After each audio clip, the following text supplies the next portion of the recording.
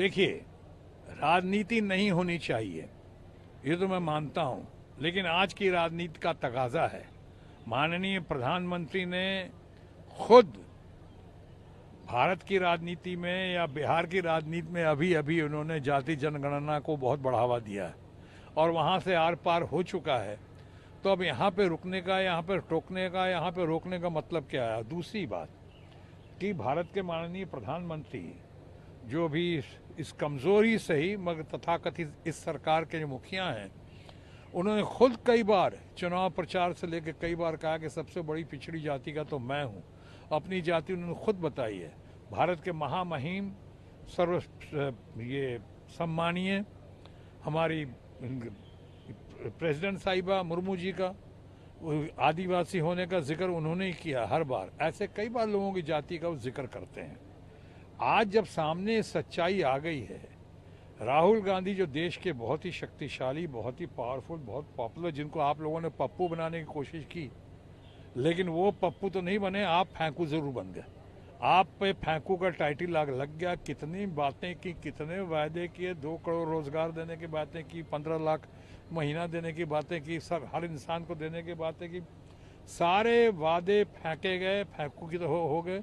और राहुल गांधी जो पप्पू, उनके टी शर्ट का मजाक उड़ाया, उनके भारत जोड़ो यात्रा का मजाक उड़ाया, उनके न्याय यात्रा का मजाक उड़ाया, आज सबके सामने सबसे बड़े हीरो बनकर सामने हैं। और उन्होंने भरी संसद में कहा कि जाति जनगणना इसी संसद से हम पास कराएंगे। ये उन्होंने वायदा किया। यकीन मानिए ऐसा होगा, अवश्य होगा, यकीनन होगा। इसलिए कि उनके साथ साथ भारत के सर्वशक्तिशाली, बहुत ही पॉपुलर, पावरफुल और सबसे ज़्यादा लोकप्रिय नेता या नेत्री ममता बनर्जी साथ हैं, उनके साथ साथ हैं इतना युवा, डैशिंग, डायनामिक या यूं कहूँ डायनामाइट लीडर अखिलेश यादव और उसकी टीम साथ है।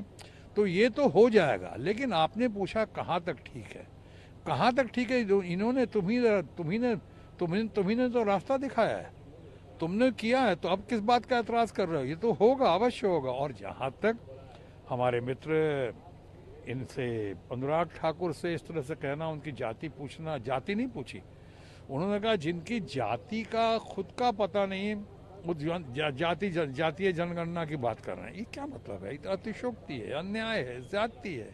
आप आग में घी डालने का काम कर रहे हो। अनुराग जी, आप विपक्ष तमाम लोगों को कहना चाहूँगा, तथाकथित विपक्ष मैंने कहा यानी रूलिंग पार्टी के, क्या आपकी सरकार वो सरकार नहीं है। अब आपकी सरकार बहुत कमज़ोर हो चुकी है, दयनीय स्थिति में है। आज प्रधानमंत्री विपक्ष का सामना नहीं कर पा रहे हैं। आज प्रधानमंत्री माननीय राहुल गांधी के सामने नहीं आ पा रहे हैं, जवाब नहीं दे पा रहे हैं।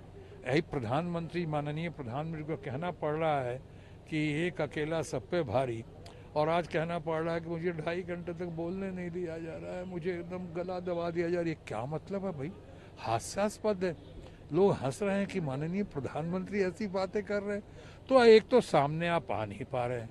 ये सरकार वो सरकार नहीं है जो सरकार थी। और साथ साथ ये भी याद रखना होगा कि अब ये विपक्ष वो विपक्ष नहीं है।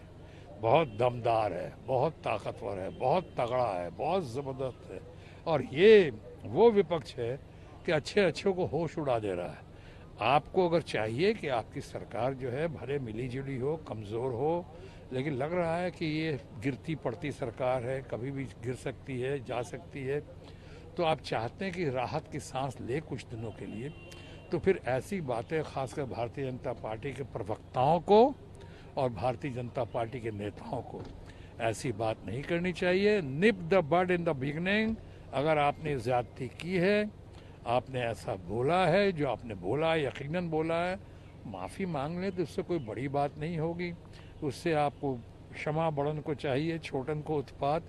हम लोग बड़े लोग हैं, क्षमा कर देंगे उनको, माफ़ी मांग लें। नहीं तो बात निकली है तो फिर बहुत दूर तक जाए। प्रिविलेज मोशन ला रहे हैं, क्या टीएमसी हाथ में होगी? देखिए, टीएमसी तो खैर हमारे इंडिया ब्लॉक का हिस्सा है, तो इंडिया ब्लॉक जो करेगी, विपक्ष जो करेगा, मुझे पूरा ख्याल है कि हम लोग सब साथ मिलजुल कर ही करेंगे।